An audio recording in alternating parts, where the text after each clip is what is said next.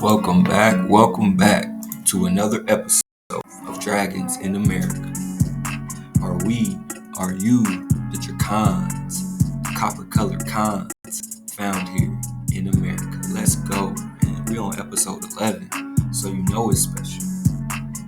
Let's get it, man. We're just talking Amaru cons. Are we just talking Dracons? Are we just talking about you? Or maybe we're just talking about the Tengus. Maybe we're just talking Kalelus, right? And the Hibarus. Let's get it, man. Episode 11, man. Leave a note in the comments. Let me know what you think thus far. Where we at with it, man. You know, the saga continues. We're just perfecting the menus. Right? We're just getting our menus in order. How we want to serve this up, right? So again, man, we popping off. Let's go. Episode 11. Again, leave a note in the comments. Let me know what you think about these dragons, man. You got some perspective on this whole situation? Is there some more volumes you could add to the collection? I don't know. You let me know. Because I'm just talking about copper-colored cons found here.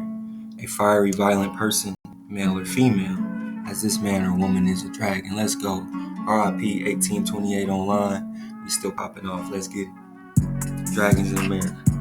Allah, Hawa, all praises to the Most High. Remember, I'm just a pilot. I'm just a guide. I'm just following and drinking. Because are we talking lost tribes and promised lands? Are we talking about the seed of Abraham? Let's go, man. The Hibarus of Kalelus or the Tengus. Or maybe I'm just talking about you. Let's go. Let me know what you think. Leave a note in the comments. We back. Just thinking out loud. Let's get it, man. Episode 11. We got a lot to address and a lot to connect. Because again, we're just staying in check, searching for the Melchizedek. Let's go. Episode 11, Dragons in America. We popping off on this episode, man. I'm with all of it, man. Let's go. We're just popping off on episode 11. Let's go, man. Let me know what y'all think, man. I'm excited for this one. We got to connect this seal of Saliman and the energies of Queen Sheba, right? The mythical union, right? But again, we got to keep the water flowing, right? We got to make sure we're vibing up, we're spiraling up, right? So again, we got to get the Native American Indian flute going, get right into the presentation. Let's go. Let me know what you think. What you think about these dragons, what you think about Queen Sheba. And what do you think about the connection to Queen Saliman, right? Just talking Khan Saliman, right? Let's go, man. Episode 11. So, again, we always got to pop off Section 107 of the Copyright Act. Provides the statutory framework for determining whether something is a fair use and identifies certain types of uses, such as criticism, comment, news reporting, teaching, scholarship, and research. We're just talking about research, man. We're just talking about research with a little bit of commentary. Let's get it. Episode 11. Popping off.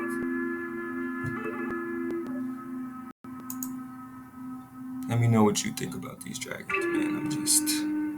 I'm just riding the wave, man. I'm just a pilot, man. I'm just guiding the ship. I'm about to download that joint.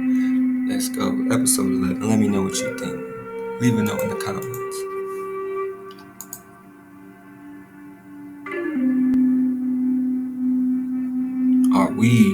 Are you, the Dracons, the dragons found in America? Let's go. Hey, man, this episode gets deep, man. We gonna get into it, man. We're just connecting the dots, right? We're just following the drinking goal.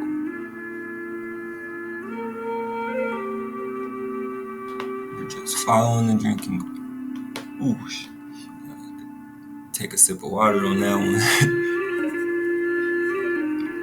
Let's go.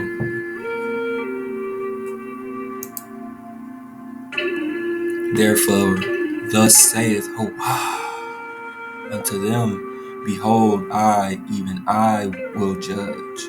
We're just talking about the Most High, right? Therefore, thus saith the Most High unto them, Behold, even I, will judge. So, only person judging here is the Most High, right? Most High says, therefore will I save my flock, and they shall no more be a prey, and I will judge them between cattle and cattle. Even my servant David, he shall feed them, and he shall be their shepherd. Right? We're just talking about King David, Khan David. He shall feed them, and he shall be their shepherd. But I, will judge, and I will be their power, and my servant David, prince among them. I, the Most High, have spoken, and they shall dwell safely in the wilderness and sleep in the woods. And they shall know that I am the breath of the power of the armies of Israel. And I will raise up unto them a plantation for renown, and they shall know that I am their power, and with them my pasture are men and women, and I am your power, saith the Most High, the power of the armies of Israel. Let's go. Talking a little Ezekiel drop. So the Almighty Being who covenanted with the patriarch, because we're just talking about staying in check, searching for the Melchizedek, the line that's passed down from Noah to Shem, to Abraham, to Isaac, to Jacob, to Amram, to Moshe, to Joshua, to David, until King Solomon arose. Thus saith Jehovah, thou shalt build a house for me to dwell in. We're talking the Most High, we're talking about the covenant, and I will establish the throne of his kingdom. Who are we talking about? Are we talking about King David and the covenant between David and Jehovah? And King Solomon will build a temple. And David was instructed by the prophet to build an altar, right? And David was instructed by the prophet to build an altar, to live at peace in Jerusalem under the protection of the Jewish laws. But remember, we're not talking Roman Jews, we're talking Hibarus and Kaleus, and he was permitted to behold the bright display of the almighty power. It says Jehovah was stationed there, and when the eyes of David were open, he was permitted to behold the bright display. And he was permitted to behold the bright display. Because remember, it is only by the dim spark of the hidden light may we see, if allowed to see clearly. Let's go. And he was permitted to behold the bright display. And in compliance with the above direction, David, did what he had to do to make sure he could get this temple ready. And when King Solomon arose, they would be ready. And after David had succeeded to the throne of Israel on the death of Saul, he became a mighty and prosperous monarch because he kept the code, he kept the promise of Jehovah, and he was rewarded. His seed and his house will be established forever. Let's go. It says here, David was favored with the gracious revelation of the plan and details. Because remember, we're talking Jehovah inspired men, right? We're not talking about men claiming to be Jehovah. We're talking about, we're just talking about he was permitted to behold the bright display. The Most High permitted David. He gave David a gracious revelation, right? And having received this revelation, David collected the materials for the building, for here the Almighty was pleased to declare that he would establish his sacred name and word. We're talking about the Davidic covenant, right? We're talking about staying in check, searching for the Melchizedek, right? It says the same precepts were renewed to Noah and transmitted to his posterity and were preserved, because remember, the wisdom is passed from Noah to Shem, to Abraham, to Isaac, to Jacob, all the way down to Moshe and Joshua and King David until Solomon arose. Again, we're just talking the patriarchal lineal descendants, the Melchizedek, Adam, Seth, Enoch, Methuselah, and Noah. We participate in their virtues and lament over the apostasy of their children and descendants. So, they're just, they're praising you. We're praising the descendants of Adam, Seth, Enoch, Methuselah, and Noah. They lament over the apostasy, and they join in the celestial anthems. They join in the celestial anthems, right? Whose celestial anthems are these? Are we talking about Enoch? Enoch, he said, the beloved of Jehovah, right? We listen to the preaching of Noah, right? Again, we're just talking celestial anthems. Keep that in your mind. Again, we're just talking Enoch, the Ethiopian, right? Enoch, the Ethiopian, right? The white bearded priest. Among the sacred records of the Christians, there are two texts which the infallible church makes no claim to understand. The prophecy of Ezekiel, which we got a little bit in the beginning, and the Apocalypse. Two Kabbalistic keys, right? Sealed as with 7 seals for faithful believers. We're talking 7 seals. There is also another work, but although it is popular, it is in sense and may be found everywhere. This is all most occult and unknown because it is the key to the rest. It is in public evidence without being known to the public. No one suspects its existence and no one dreams of seeking it. This book may be older than that of Enoch. So again, they're lamenting over the apostasy of the children of Adam, Seth, Noah, Enoch, Methuselah, and Noah, right? We're talking about the descendants, the Melchizedek, right? They want to join in the celestial anthem. But remember, when they're talking about all this hidden knowledge, they're just talking about your grandmas and grandpas, man. Mothers and fathers are talking about the wisdom of the Most High, right?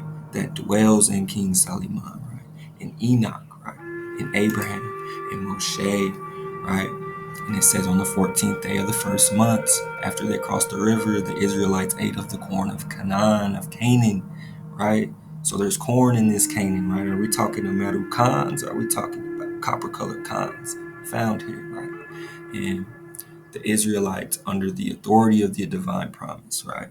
They practiced, the inhabitants of Canaan had been gradually ripening for destruction by the practice of all these abominable idolatries. Again, for it is only by the dim spark of the hidden may we see clearly, because definition is spiritual idolatry, right?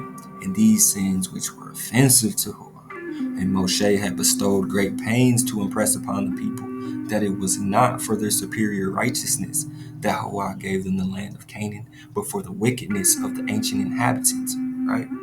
So the Israelites, Hua made some promise with the Israelites and Moshe that they would dwell in this land, but it's not because they're the most perfect, group of people or they're doing everything right. It was for the wickedness of the inhabitants of Canaan that Hua gave the land to the Israelites, right? And they became tributary. They became tributary to the Israelite nation, the Hibarus and Kalelus, right? They became tributary. I want that to keep that in your mind. So Hua sets up, this divine promise, and Moshe takes the people out of Egypt, right? They eat of the corn of Canaan, right? And then Moses impresses upon the people that it was not for their superior righteousness, but for the wickedness of the ancient inhabitants, and they became tributaries, right? But remember, we're talking about the hidden history of America, or whatever. In the 5th century, Kalelus was part of the revived Western Empire of King Arthur, a descendant of the Swan Knights. By the 8th century, due to admixture with the American Indians, the state had reverted to paganism again. The inhabitants had been gradually ripening for destruction by the practice of all these abominable idolatries. Remember, it's only by the dim spark of the hidden. Keep that in mind. The Israelites ate of the corn of Canaan. We're talking Canaan, or we're talking Kalelus, the revived Western Empire of King Arthur. We're talking about Nehemiah Theodorus. We're talking Kalelus, artifacts found in Tucson, Arizona. Now we're talking about Prester John, right? Because remember, they became tributary to the children of Israel, right? Presbyter Johannes, Prester Juan, El Preste Juan, Khan of Khans, surpassing all under heaven in virtue, in riches and in power. 72 kings pay us tribute. 72 kings pay us tribute. We're talking about Prester John and the Black Khatan. Or we're talking about Meshikans and Toltekans, right? The priest kings, right? As if we're talking Florida, we're talking Gulf of Mexico. Then we're talking Asia, or we're talking Qatar, right? Are we talking all under heaven? The Amaru Khans, right? Literally meaning all under heaven. T and Shia. Keep this T in your mind. I, Presbyter Johannes, El Preste Juan, Khan of Khans, surpass all under heaven in virtue, in riches, and in power. 72 kings pay us tribute. 72 kings pay us tribute. It says those that escaped, we're talking about the inhabitants of Canaan, were suffered to dwell among the Israelites. If they retained their possessions, they became tributary. Let's go, man. They became tributary. Just talking Kata, the Black Catan, and Prester John, the Asian monarch, the legend of Prester John, who's also associated with Ethiopia, right? Are we talking Enoch, right? Are we talking King Saliman and Queen Sheba, right? And it says in this excerpt, Marco describes Genghis Khan killing Prester John, but Prester John is just a legend, an Asian monarch, right? But also associated with Ethiopia. Interesting, right? It says these Tartars, who are these Genghis Khan Mongols, right? They pay tax to one great lord, to one great Khan. In their language, it's called Unk Khan, right? Which means in French, the great lord or the great Khan. And this was the Prester John, of whose kingdom everyone speaks. The Tartars paid him a tax of one animal for every 10. So Prester John was taxing them. But you gotta remember, after, the Israelites take over, Canaan, right? They eat of the corn of Canaan, right? Are we talking about the Khans, right? It says, Presbyter John, the Khan of Khans, 72 kings pay us tribute. And the descendants of Canaan, the inhabitants, became tributary to the Israelites. King paid tax to one great lord, the kingdom who everyone speaks. We're talking Karkatai. We're talking Prester John, who defeated the Seljuk Sultan, right? Kuklug, whose father's name was Tayan Khan. Great King John, who was defeated by the great Mongol ruler Genghis Khan. Let's go, man. We on them, man. Let's go, man. Genghis Khan is not the Prester John. Let's make that clear, because we're just talking Nestorianism, right? It says, from the Orthodox point of view, Nestorianism therefore denied the reality of the incarnation and represented Christ as a Hawa-inspired man rather than as a God-made man. Since the 5th century, all the principal branches of the church have united in condemning Nestorianism, right? But we're just talking Prester John, the Christian king, who was destined to vanquish Islam, right? And Nestorian Christianity flourished under the but we're just talking Hawa-inspired man. We're talking about the revelation, the breath, the wisdom, right? We're just talking the Khan, Prester John, the Hawa-inspired man, right?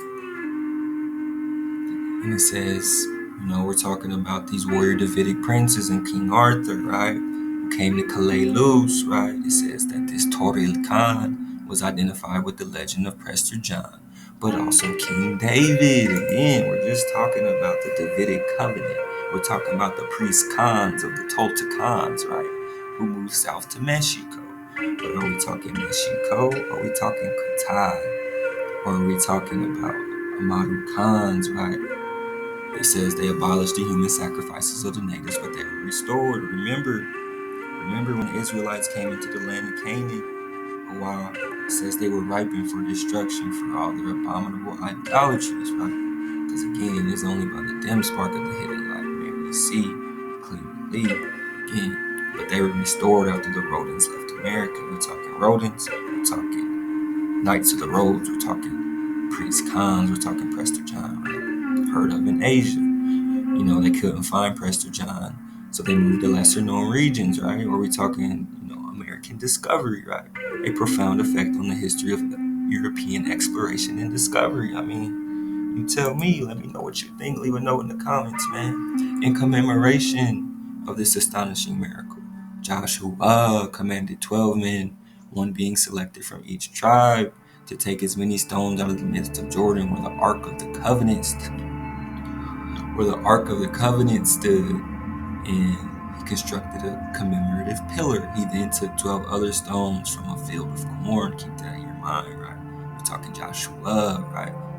wisdom was passed down to Joshua too, and he commanded 12 men, one from each tribe. But are we talking 12 tribes of Israel? Or are we talking 12 knights of the round table? Man, this is one of my favorite drops, man. It just connects all the dots, right?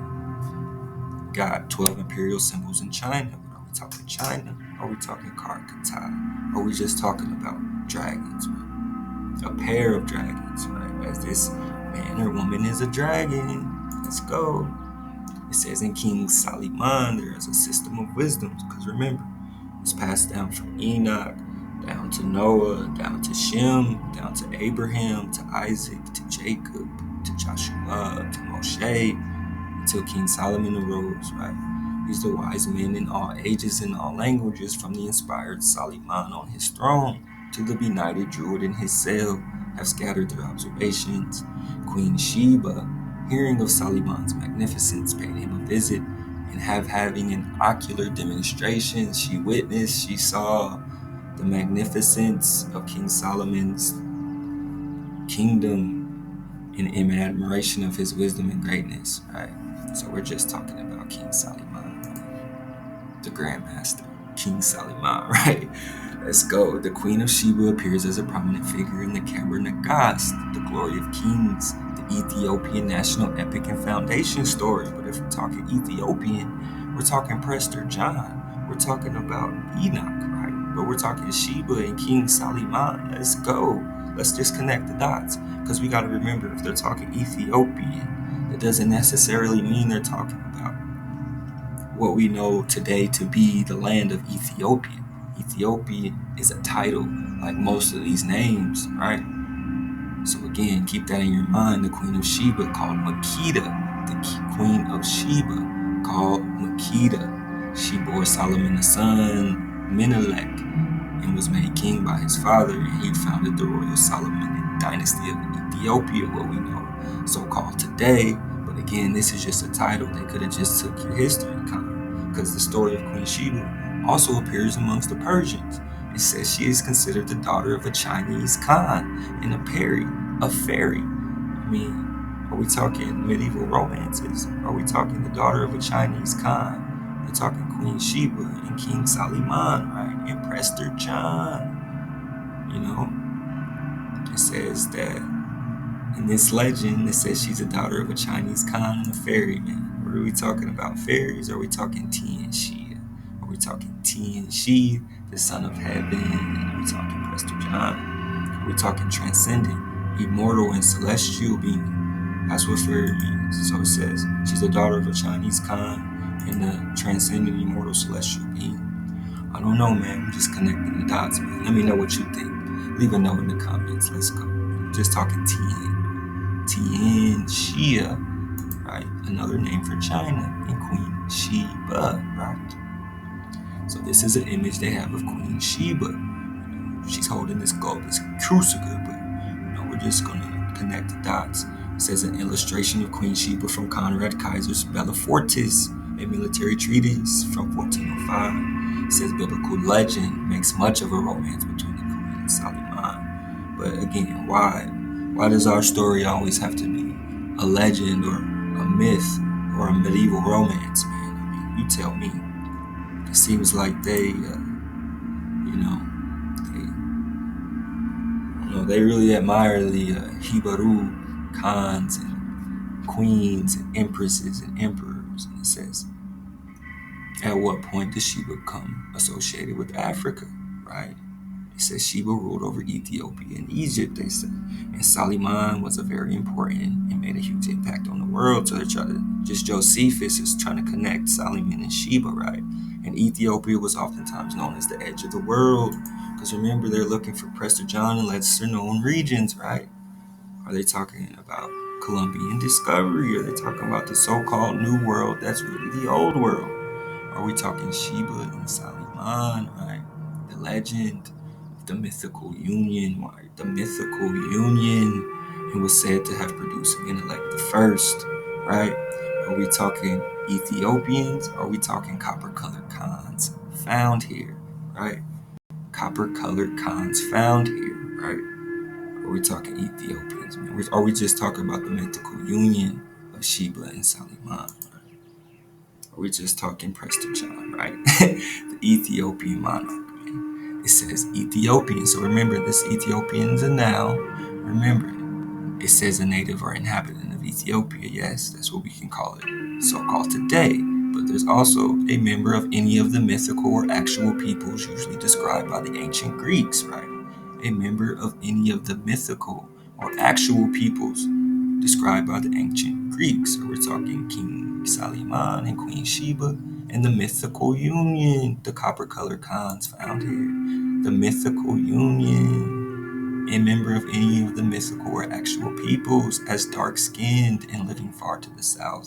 So come on. Dark-skinned, we're talking a black person. We're not talking black, we're talking copper-colored Khans found here. Right? The mythical union of Queen Sheba and Khan Saliman. And the kingdom of Prester John. Right? I don't know, man.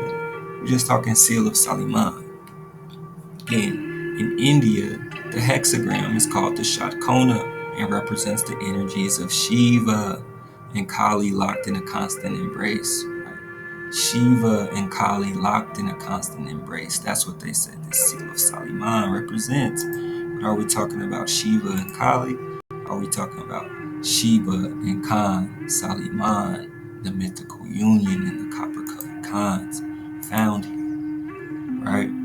Because it says it's also known as the Star of David or the Seal of Solomon. It's a hexagram, so keep that in your mind. It's a hexagram and represents the energies of Sheba or Shiva, right? And Kali locked in a constant embrace. So this is, this according to Indian tradition. Are we talking Indians? Or are we talking about Amaru Khans, copper-colored Khans found here? So again, see how they connected? Star of David, Star of Lakshmi, a Hindu symbol. This 8-pointed star, each point of the star represents the 8 kinds of wealth bestowed by the goddess. Man, are we just talking about Sheba? Or are we talking about Khan Saliman, right? The mythical union, right? Or are we just talking about the Star of David? Let's go. In the faith of Abraham, because again, we're just talking lost tribes and promised lands. The seed of Abraham. It says every ancient nation as well as the Jews have endeavored to trace the origin of the religion and descent to Abraham. We're talking lost tribes and promised lands. The seed of Abraham. Every ancient nation as well as the Jews. We're not talking Jews, we're talking Hebrews. Trace their origin to Abraham, right? And it says, this is where we're going to get rid of all this, Prester John is Genghis Khan stuff, because it's cap. This is true not only of the descendants of his children by Hagar and Keturah and the Edomites or Idumeans who sprang from Esau, his grandson in the direct line, but also of the great nations of Persia and India, the latter of which at a subsequent period named the chief deity who was reputed to be the first planter of their nation by the name of Brahma. Are we talking Brahma? Are we talking Abraham? Are we just talking about copper-colored Khans found here in America? Let's go. I'm popping off. And his priests assumed the names of Brahmins, words which were unquestionably derived from Abraham. We're just talking about the Brahmins, right? We're talking about the great nations of Persia and India, right? We're just talking about the great nations of Persia and India. We're just talking about India. We're talking about the energies of Sheba that they're connecting to Khan Saliman, right? And the Star of David, the hexagram, right? Let's go. But we know Prester John was a ruler over India too. So again, we're just talking the seed of Abraham, the lost tribes and promised lands. Are we talking about Brahma and Abraham? Let's go. Let's go, man. We popping off, man. Episode 11. Let's get some orientation. You can kind of already see, they got India Superior, you got Florida, you got Mexico. Let's go to the Carter Marina. Let's connect the dots. Again, let me know what you think, man. This is a journey, man. This is special. But where's our map? Let's go. Leave a note in the comments, man. What you think about these dragons, man? What you think about all these connections? Why is it all connected? Let's take a closer look. Huh? Again, we're talking about La Florida. Then we gotta be talking about Mexico, right? And we gotta be talking about copper-colored cons, Amaru cons found here, right? But we're also getting the connection that this so-called America is connected to India Superior in Tengu, in Katai, in India, in La China, and Manji. So again, are we talking copper-colored cons found here? Or are we just talking about dragons? Are we just talking about Tengus? Or maybe we're just talking about you. Let's go. India Superior is connected to this America, right? And connected to this Mexico and China and Florida. We have to ask the question, why? Why is it all connected? Let me know what you think, man. We're just talking Carter Marina. Take a look for yourself. We're just talking India Superior. Or we're just talking about, the energies of Queen Sheba. Or maybe we're just talking about Sheba and Khan Saliman. Let's go, man. Let's go, man. We're just popping off. Let me know what you think, man. Leave a note in the comments. I'm about to show you how it's all connected. Alright, we back. Alright, so now we're just talking Alright, so we got our orientation. We know how it's all connected, right? Just talking right? It is similar to the Hebrew Amen or Awen of modern Jewry, right? In the same way that there are three parts to the symbol that contribute to the whole, the symbolizes the three gods, Vishnu, Shiva, and Brahma. But if we know we're talking Shiva, we're probably talking Shiva, we're talking Brahma, we're talking about, people who claim to be descendant of Abraham, right? But why is this Hindu pantheon of so-called gods and goddesses connected to Hebrews, right? Are y'all just lifting them up? Are they just lifting up your grandmas and grandpas and calling them gods? Because we're just talking about Brahma, the nations, and the priests assumed the name of the Brahmins, which were unquestionably derived from Abraham. We're just talking about lost tribes and promised lands, the seed of Abraham. Every ancient nation, as well as the Jews, traced their religion to Abraham. All right, we're just talking the great nations of Persia and India. India Superior, which is connected to this America, right? Let's go. We're just talking about right? We're just talking we're talking just think, reflect, meditate, and imagine that the Creator is one. Again, remember, it is only by the dim spark of the hidden light. Imagine that the Creator is one, and there is nothing apart from Him. And before one, what do you count? I'll wait. Again, we're just talking one. That one stands above. Again, it says, fire ascends and water descends, and wind balances between the two. Enveloped in male and female, know, meditate, and imagine. Fire supports water. So think about a triangle. You got pyramid, or a triangle going up represents fire, a triangle going down represents water, but it's enveloped in the male and female. Fire ascends and water descends, and wind balances between the two. But again, are we just talking about the seal of Saliman, right? Or are we talking about the star of Lakshmi? Fire ascends, water descends, right? Represents the energies of Sheba and Kali locked in a constant embrace, right? What are we talking about? Indian gods, or we talk about the mythical union of Sheba and Khan Saliman, right? The copper-colored Khans found here. I don't know, man. Let's go. So again, remember, before one, what do you count? Remember, definition is spiritual idolatry. Again, fire supports water. The word okay, we're just talking right? It's called the primitive origin of the body part where leprosy resides, as in the passage, right? It says the proper sense of the word Shiva Kafulat. Shiva Kafulat. We're talking Om, we're talking Shiva, or we're talking Sheba, right? The secrets of wisdom, that they are double to that which is. This is the knowledge of the Creator. We're just talking about Om, right? The proper sense of the word Shiva, Kafut. We're talking the secrets of wisdom. We're talking the breath, right? The breath, Om, the voice, right? Let's get it.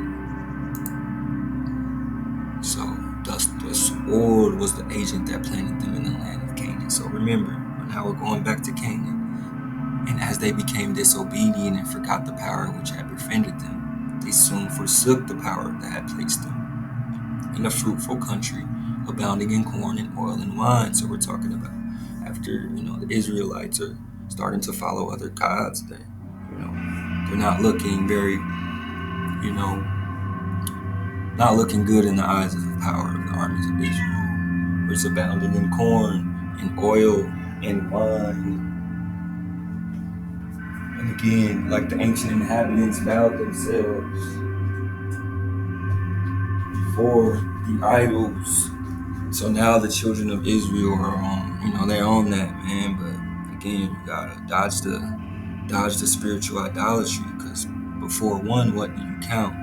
And Moshe had commanded the Israelites, right? They should write upon them the records of the law, right? The records of the law. What's the first law? Thou shalt have no other gods before me, right? We're talking dodging the spiritual idolatry. Let's go. It says he appeared to Abraham on a mountain. His glory to Moshe, Aaron, Nadab, and Abihu. They saw the power of Israel. The power, communicated personally and repeatedly. The deity appeared to Moshe in the burning bush. Again, the Almighty gave a further token of his approval of the highest of hills for sacred purposes by conferring on Moses a supernatural power when he offered up his prayers with the rod of power, the rod of Huwa, in his hand, right? We're just talking about Moshe, right? We're just talking about people enlightened by divine revelation. We're just talking about. May we not hence conclude that the Mexicans derive some part of their religious knowledge from a people enlightened by divine revelation. We're just talking divine revelations, right?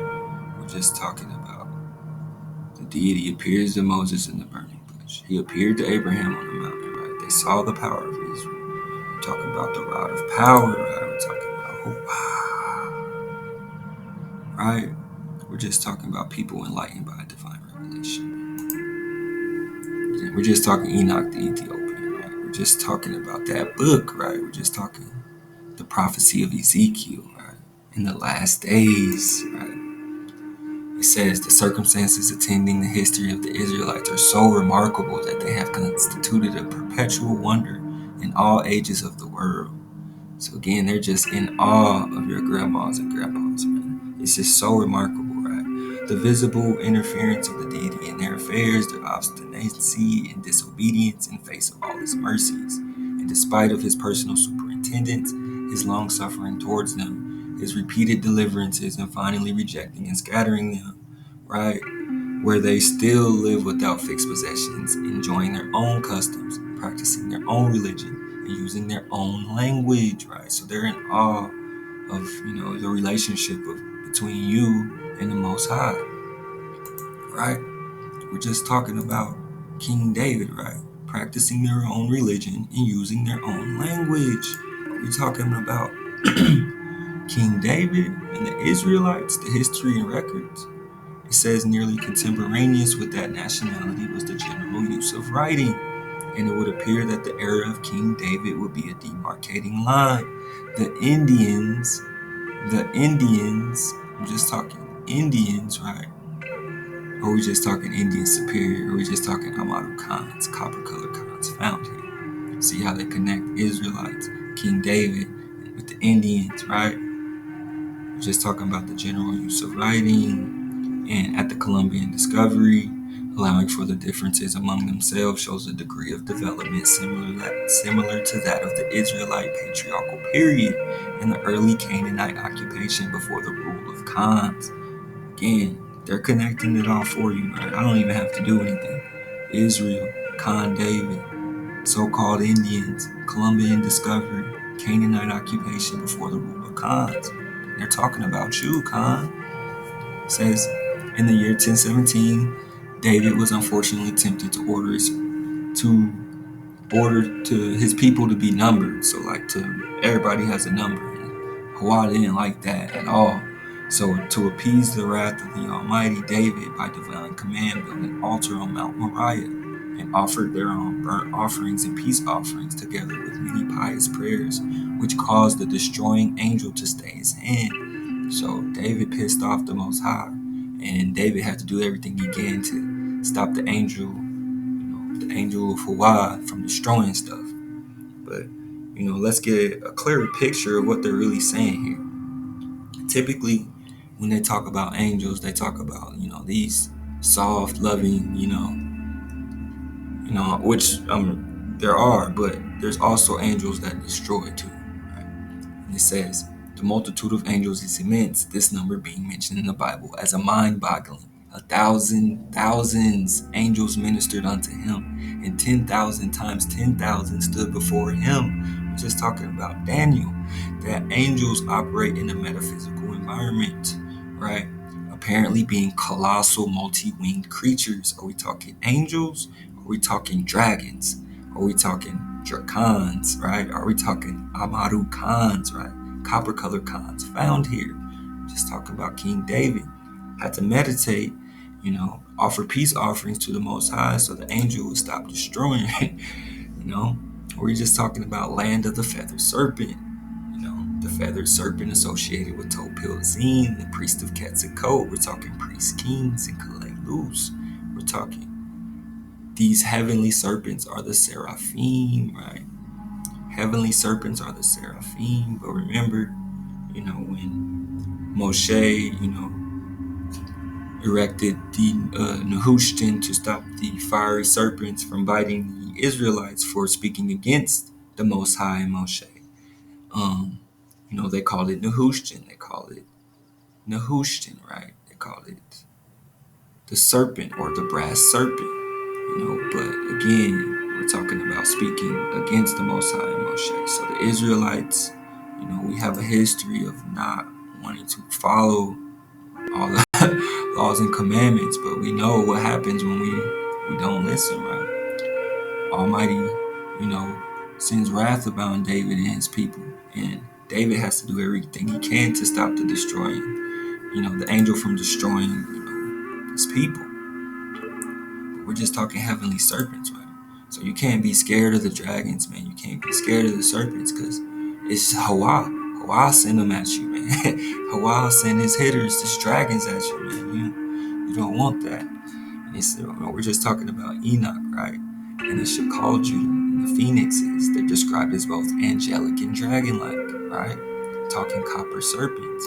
Are we talking bronze serpents, brass serpents, right? Are we talking about dragons? Some think that the Shakaldri were meant to be the seraphim, and the phoenixes meant to be the cherubim, right? We're just talking about dragons, right? Just talking about dragons, right? So again, thousands and thousands of angels ministered unto him, and 10,000 times 10,000 stood before him. We're talking apparently being colossal multi-winged creatures. We're talking they are described as being elements of the sun, bringing heat and dew, and when they sing, birds fly. Their names seem to mean copper serpents. They're described as both angelic and dragon-like. Both have 12 wings, right? Some think the Shakaldri were meant to be the seraphim, right? Colossal multi-winged creatures. Are we just talking about dragons? Are we talking about angels? Are we just talking malakim, right? Mediators, right? The Hebrew word for these creatures is malak, meaning malakim, right? The Hebrew word for these creatures, colossal multi-winged creatures, described as both angelic and dragon-like. Right? Some think the Shakaldri were meant to be the seraphim, and the phoenixes, the cherubim, right?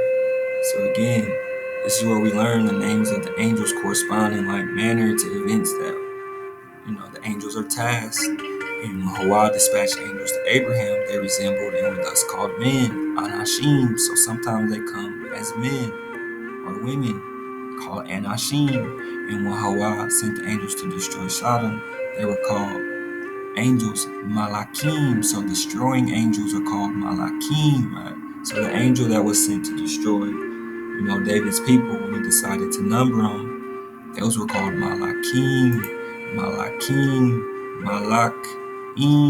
right? The Hebrew word. And it says, when Isaiah neglected to warn Israel, they were called the Seraphim, right? They called the Shekaldri, right? When Ezekiel saw them in the form of unreasoning animals, they were called Hayat, right? We're just talking mythical beings, right? The angels between them, which turned not when they went, were called Ophanim, right? The most elevated between them have been called Cherubim, right? Thou hast the anointed cherub that covereth, right? We're just talking Ezekiel. Cherubim, right?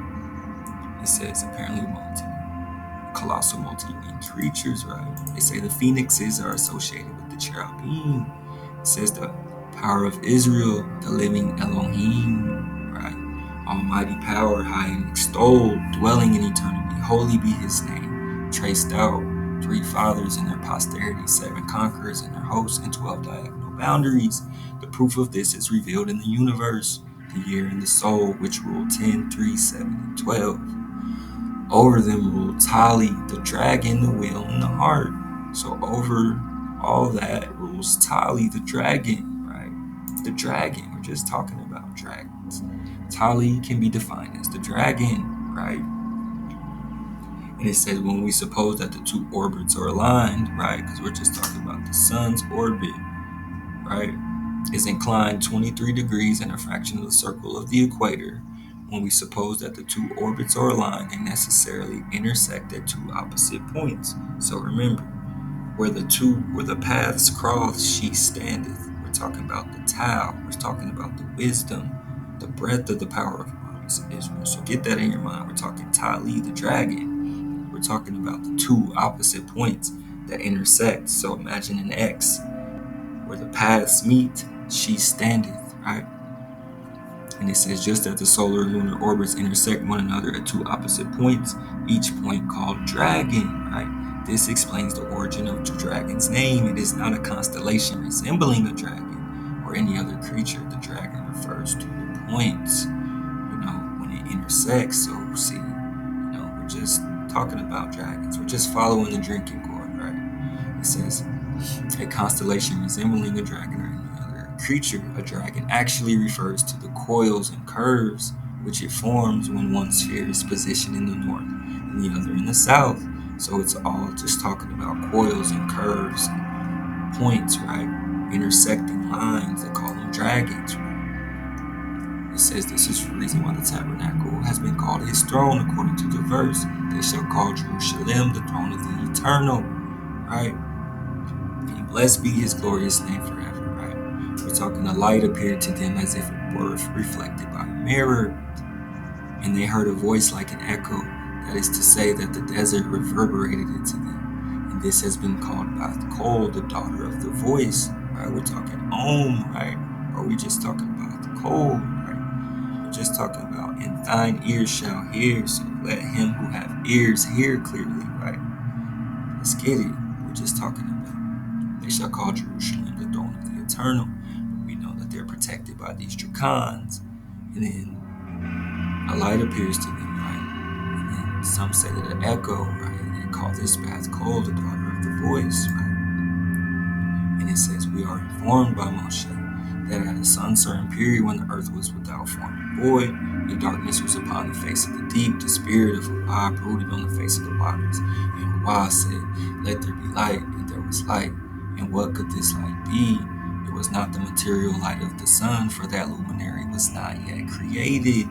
So Ra says, let there be light. And there's not even the sun. So it's just the eminence, the vindest. It can't be described, right? And it says a light appeared to them as if it were reflected by a mirror. Right? We're just talking, let there be light. And what light could this be? Could this be the Shekinah, right? Which was vouchsafed to Jacob when the promise was again renewed to him. So we're talking about the appearance of the Shekinah. We're talking about let there be light. talking about a light appeared to them as if it were reflected by a mirror, right? These were the vision of the ladder, the burning bush, and that of the cherubim revealed to Ezekiel the prophet. So remember, we're talking cherubim, we're talking angels, we're talking the vision of the ladder and the burning bush, we're talking revelations, we're talking inspired men, right? We're talking Jacob, Moshe. The light appears to them. And King Solomon says the Shekinah appeared and filled the whole building, so that the priest could not stand and minister by reason of the cloud which concealed him. And the Shekinah resumed its place and remained there as a symbol of Huah's perpetual presence and protection, till it assumed the human form to bruise the serpent's head in fulfillment of the promise. So that's what they're saying in this drop, right? It represents, Huah's perpetual presence and protection. The light. It's like, you don't need the sun. Let there be light. And a light appeared to them. Right? We're just talking the Shekinah, right? We're just talking Shekinah, dwelling or abode, and then the glory of the eternal abode. The breath of the living power, as it is said, and my spirit will remain in the midst of thee, and thou fearest not, and that thou not fearest anything. We're just talking about the breath of the living power. The armies of Israel, for everything outside the Creator, may His name be exalted, is a created thing. For everything outside the Creator, may His name be exalted, is a created thing. As it is said, there is none other beside Him. So anything outside of creation is something that's created. So that means that there has to be something that created it, right? So again, we're just talking the Most High. We're talking the Shekinah. We're talking let there be light. And the light appeared to them as if reflected by a mirror in the temple of Solomon. And only one link between the first and last man of the old world. Again, we're just talking about staying in check, searching for the Melchizedek, the link, the lineal descendants of Abraham. And Shem, again, Shem, the son of Noah, who was said live with Abraham and Isaac. So we're just talking Shem, who they're saying live with Abraham and Isaac. Live amongst Abraham and Isaac, right? And that, this wisdom is passed down, right? And the covenant is repeated and confirmed, right? By the establishment of circumcision. So again, Abraham had probably been initiated in conceiving the utmost horror and disgust at the spectacle of human beings, emulated to senseless idols, ventured to denounce them to his father and friends. He denounced all this idolatry. Abraham wasn't going for it. And he became, he had to escape and found refuge amongst the predatory tribes, right? And after repeated wanderings, he at length took up his residence in the land of Canaan, right? At the express command and under the direction of the Most High, right? It says this was indeed the purpose for which the patriarch was separated from his own kindred to dwell in a strange land. So we're talking lost tribes and promised lands, the seed of Abraham, right? But remember, it is only by the dim spark of the hidden light may we see, if allowed to see clearly. You have to dodge the spiritual idolatry, man. Abraham was disgusted, man, but the Most High made him reside in a foreign land until the promise was to be fulfilled, right? We're just talking about the Melchizedek and staying in check, right? We're talking about priest kings, priest khans. It says Noah was the 8th man to hold the order of Melchizedek. When Noah died, the order was inherited by his son Shem. In Genesis, a man with the title Melchizedek meets Abram, returning from defeating the invading kings. This priest was Shem, the oldest living patriarch in the line of the seed. So Abraham's wandering, right? He's wandering. He's in this strange land, and as he's wandering, he comes across this priest Khan, who is none other than Shem, the oldest living patriarch in the line of the seed, the Melchizedek, right? We're just talking about staying in check, searching for Melchizedek, right? Again, some more drop. The fleet named Shem landed to the south, and the country was called Shem for thousands of years, and his name is called Vindiu, or India to this day, and the land was called Vindiu. India to this day. We're just talking Shem. We're just talking Abraham. We're just talking Melchizedek. We're just talking Jerusalem. Right? Are we talking about Canaan? Are we talking about India, right? Like, are we just talking Amaru Khans, copper colored Khans found here?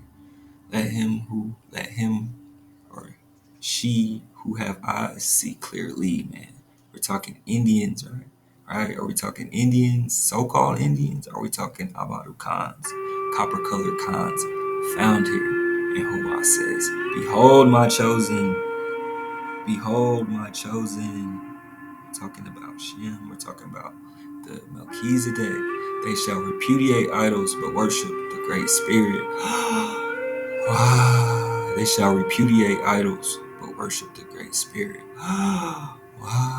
Again, we're just talking about following the Most High, right? We're talking the Shekinah that appeared in the Temple of Solomon. The Shekinah, the light, right? It filled the whole building. They couldn't even see it. But the Shekinah resumed its place in the sanctuary and remained there as a symbol of Hawa's perpetual presence and protection of the Israelites, right? Till the temple was destroyed by the Chaldeans when it was withdrawn never again to appear on earth, till it assumed the human form to bruise the serpent's head in fulfillment of the promise made to Adam by destroying the works of domination of the devil and revealing himself, right?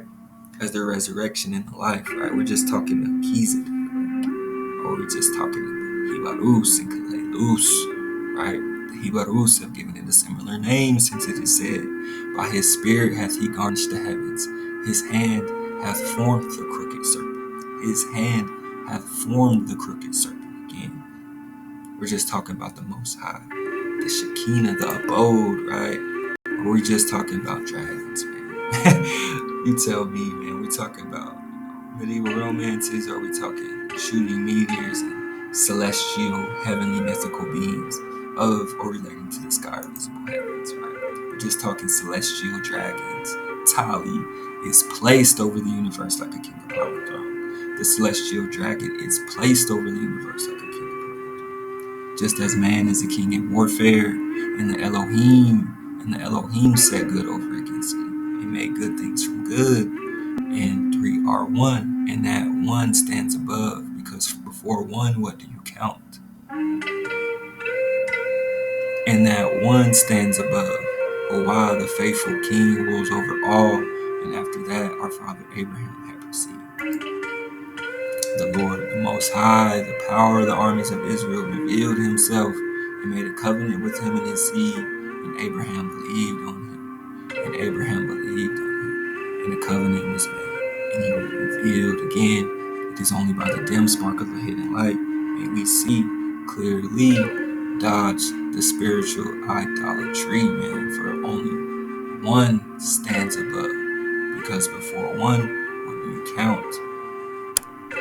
And a covenant was made, and Abraham believed, and 12 in the celestial constellations, right? We're just talking Draco. We're just talking Draco. We're just following the drinking gourd, man. Again, like I always say, we're just following the drinking gourd. You got the Big Dipper, you got the Little Dipper, you got the dragon coil between the two. And that's, I don't know, you tell me about this, man. We're just talking about dragons, right? Garuda in the Hindu pantheon. So we're talking Garuda, we're talking India, right? Are we talking India, or are we talking India superior?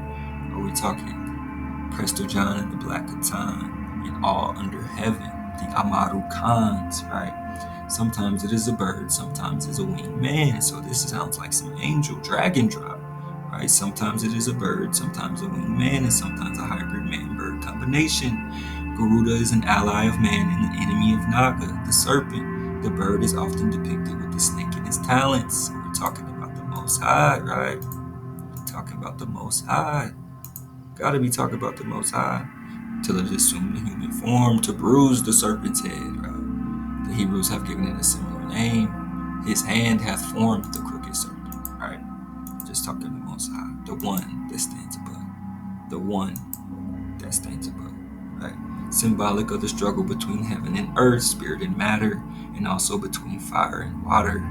So again, we're talking fire and water, we're talking the Seal of Solomon, we're talking the mythical union of Queen Sheba and Khan Saliman. So we got this Garuda in India. We got Feng Huang in China, which when we're talking China, we're talking Black Catan and Prester John. Then you got the Phoenix, who's also seen in China, Egypt, India, and Persia, right? It's a popular symbol in Chinese and Indian. We're talking Chinese Indian. We're talking Black Catan. We're talking Prester John, ruler over the three Indias, right? So we're just talking Amaru Khans, copper-colored Khans, found here. It says there can only exist one phoenix at a time. This sounds like Melchizedek too. There can only exist one phoenix at a time. It spends its time in India, right? I mean, come on, man. We're talking Indians. We're talking copper-colored Khans. We're talking, Black Catan. Let's go, man. I'm just talking about all under heaven. Khan of Khans surpass all under heaven in virtue.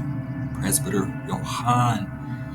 72 kings pay us tribute. We're talking Tian Xia, names of China, Katai, Kara Katai, the Black Catan, Sheena, Celestial Empire. We're talking all under heaven. Or are we just talking copper-colored Khans found here in America? Right? We got Florida, we got Katai. We're talking Prester John, we're talking Black Catan. We're talking all under heaven. We're talking Tian Xi, the son of heaven, and 72 kings pay us tribute. We're just talking Presbyter Johannes, right? So again, we're talking pagoda, we're talking China, right? Also come from India and spreading throughout the world. Also come from India and spreading throughout the world. So what are these? Are we talking India or are we talking China? Are we talking Americans? I mean, you tell me. We're talking so-called Indians or are we talking about India? I don't know. Leave a note in the comments. Originally intended to house saintly relics, this place is also known as the Dragon's Cave or the Dragon's Place. It's hexagonal in shape. Hexagonal, same as the Star of David or the Seal of Solomon, but they're calling it the Dragon's Cave, right? We're just talking about dragons, right? We're just talking about dragons. Just talking about dragons. It says the Native Americans before the Celts and Hindus, Assyrians, and others. We're talking about the serpent, right? In the center of the egg suggests that there was once a fire lit here. So now we're talking Serpent Mound, mysterious Serpent Mound in southwest Ohio, right? It says this suggests that fires were once lit here, and this fire would have been visible for miles around, right? And when the fire was lit, it meant that the serpent was, or the dragon was awake and protecting her people. The egg is a symbol of fertility and rebirth, and the spiral at the other end of the tail suggests the coiled power of the energy of the earth. But remember, dragon refers to the coils and curves which it forms when one sphere is positioned in the north and the south. We're just talking the spiral, we're talking spiraling up. We're just talking about the Serpent Mound found in southwest Ohio, Adams County. Right? Let's go. So here's this sacred crystal, this egg, and this is this mysterious Serpent Mound found in Ohio, Brush Creek, Adams County, Ohio. We're just talking Adams County, Ohio, right? Are we talking copper-colored Khans? Or are we just talking Hibarus and Kalelus? So it says the Cherokee Festival, the first new moon of spring, right? There was this sacred crystal here. They're talking about this egg. It is supposed to be able to tell the future. It really is a quartz crystal. It would tell the chief if the crops were going to be good. They left the temple and plunged into the closest river 7 times. Plunged into the closest river 7 times. Just before sunset, everybody went into the temple again. The chief burnt tobacco flowers for religion. Then after sunset, they ate. 7 days later, they went back into the temple. They relit the sacred fire. The fire maker extinguished the altar flames and enkindled it. This is what Cherokees believe sacred. We're just talking about plunging into the closest river 7 times, returning to the temple after 7 days, right? This is what they believe to be sacred, right? But we're just talking about the Serpent Mound in Adams County, Ohio. We're talking Cherokees, we're talking Chickamaugas, we're talking Drakan, Canoe, and Tecumseh, right? Just talking about dragons, man. Europeans believe that a Christian priest king called Prester John ruled India. We're just talking about India superior. We're just talking about copper-colored Khans. We're just talking about Prester John and the Black Catan, right? Which is connected to these Amaru Khans, these copper-colored Khans found here. I mean, man, you tell me, man. Just leave a note in the comments, man. What y'all think, man? Am I reaching? Am I making the connections? Does this make sense to you? You tell me. It says these were the days of the Crusades. Their soldiers fought to reclaim the Holy Land, especially Jerusalem, right? This is where they found Shem and Abraham in Jerusalem. And this is where Prester John is going to protect Jerusalem. It says Prester John's empire stretched beyond Persia and Arabia across 3 Indias. I mean, oh, according to an old legend, again, why is our history always an old legend or mythical tale or romance, right? It says Prester John, who ruled over a fantastically wealthy kingdom, Prester John, he did, and he destroyed the armies of Media, Persia, and Assyria, and was heading for the Holy Land to defend Jerusalem. Just talking Prester John. The 3 Indias, right? The priest, king, Prester John, right? Just talking about the Templars, man. We're just talking about the emblems of the Knight of St. John, the Hospitallers, right? We're just talking defenders of the faith, right? And see here how they're connected. Here, the symbol is also the logo for the Northern Indian Hospital that shares its name. It means the welfare of all and combines the symbol of the Red Cross. We're just talking the Red Cross, man. We're just talking the cross of St. John. And it represents the physical and medical welfare and the spiritual aspect of man. We're just talking we're talking Red Cross, we're talking about the promise Allah makes to Abraham and his descendants, and to Noah, and to Enoch, right? We're just talking about the Hospitallers, we're talking about the Templars, we're talking about defenders of the faith. Prester John, who destroyed the armies of Media, Persia, and Assyria, was heading for the Holy Land to defend Jerusalem. Prester John, ruler of the 3 Indias. Let's go, man. Let me know what you think. Leave a note in the comments, man. We're episode 11, right? We're just riding the waves. We're connecting the dots, man. All praises to the Most High for allowing us to see clearly. You know, the saga continues. We're just perfecting the menus. Let's go. Allahu, let's go. Episode 11. We out. Let me know what you think. Leave a note in the comments.